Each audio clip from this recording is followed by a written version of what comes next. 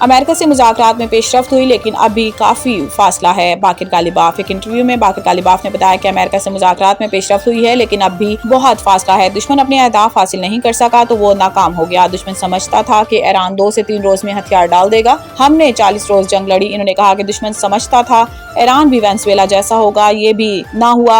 America ने NATO को शरीक करने की कोशिश की, इसमें भी किसी ने साथ नहीं दिया। जंग में दुश्मन को 170 से 180 ड्रोन निशाना बने। अमेरिका का F-35 लड़ाका हथियार भी निशाना बनाया गया, जो मामूली बात नहीं। डॉक्टर मोहम्मद बाकिर गालिबाफ का कहना था कि ईरान की जंगी टेक्नोलॉजी की तफसील में नहीं जाना चाहता, मगर दुश्मन बात जरूर समझ गया होगा। अमरीकी माइन स्वीपर अपनी मौजूदा पोजीशन से 1 इंच भी आगे नहीं बढ़ी। अमरीकी माइन स्वीपर आगे बढ़ा तो हम यकीनी तौर पर फायरिंग करेंगे। ईरानी स्पीकर ने कहा कि मैं ये बात अमरीकी वफ़द को वाज़ेह तौर पर बता भी चुका हूँ। इन्होंने कहा कि ईरान ने आर्ज जंगबंदी इसलिए कबूल की ताकि अमेरिका को अपने मुतालबात पूरे करने का मौका दिया जा सके, जबकि अमरीकी सदर डोनाल्ड ट्रंप ने जंगबंदी इसलिए कबूल की क्योंकि मैदान जंग में कामयाबी ईरान को हासिल हुई थी।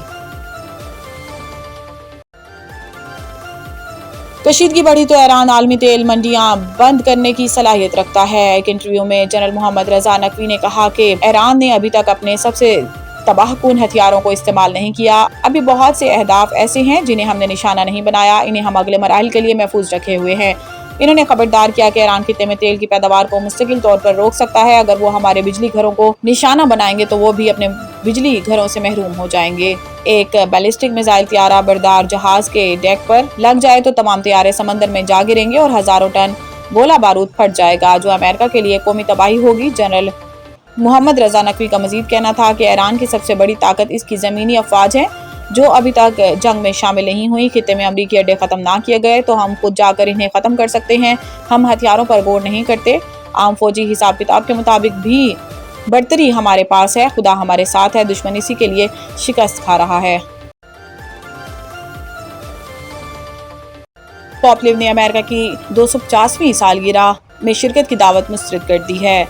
मीडिया रिपोर्ट्स के मुताबिक पॉपलिव 4 जुलाई को अमेरिका की सालगिरह तकरीब में शिरकत की बजाय यूरोप में मुहाजिरीन के दाखिले के एक मकाम पर वक्त गुजारेंगे। इससे कबल एक बयान में पॉपलिव ने ट्रंप के साथ मुबाहिसे से इनकार करते हुए कहा था कि सदर ट्रंप से तनाज़े मेरी तरजीह नहीं। पॉप का कहना था कि इनके अफ्रीका दौरे का मकसद अमन का फरोग है, जाती मुहाजराई नहीं। ट्रंप की तनकीद के बायस सियासी सूरत हाल पर गलत तबसरे हुए, जिन्हें बढ़ा चढ़ा कर पेश किया जा रहा है। ये फैसला वेटिकन और वाशिंगटन के दरमियान कई महीनों से कशीदा ताल्लुकात के बाद सामने आया, जिनकी वजह अमेरिका की इमिग्रेशन पॉलिसियों और ईरान में जंग से मुतल्लिक इख्तलाफात बताए जाते हैं। इत्तलात के मुताबिक पेंटागन के अहदेदारान ने हाल ही सी वेटिकन को सख्त इंतबाहात भी जारी किए थे।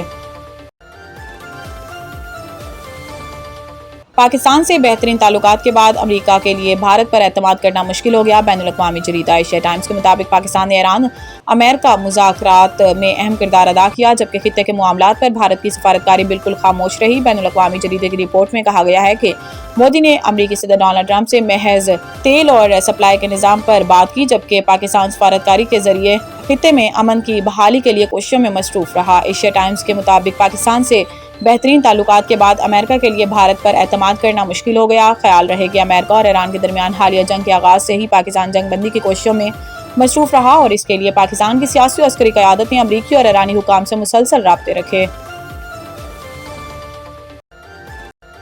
हम हारने की आदत 5 साल पहले छोड़ चुके हैं। अब कलंदर्स ने 3 बार ट्रॉफी जीतकर फतेह को आदत बना लिया है।